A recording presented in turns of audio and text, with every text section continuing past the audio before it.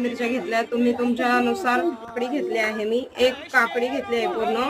थोडा खोबरं, desiccated coconut असलं तरी चालेल. त्यानंतर लिंबू पिळून घेणार आहोत. आता पण नंतर विसरले होते मी, म्हणून नंतर टाकते. तेल, थोडंसं तेल टाकूया. जिरं टाकते.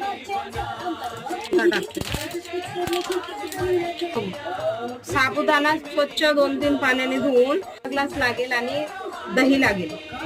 कढीपत्ता, मिरची, मीठ, शेंगदाणेच टाकणार आहे. भगर चांगली बारीक करून घेतली आहे आणि त्याचं पीठ बनवलं आहे आणि ते टाकते.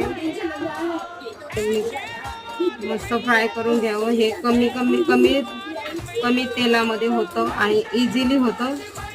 तुम्ही रेसिपी करा आणि मला कमेंटमध्ये नक्की सांगा.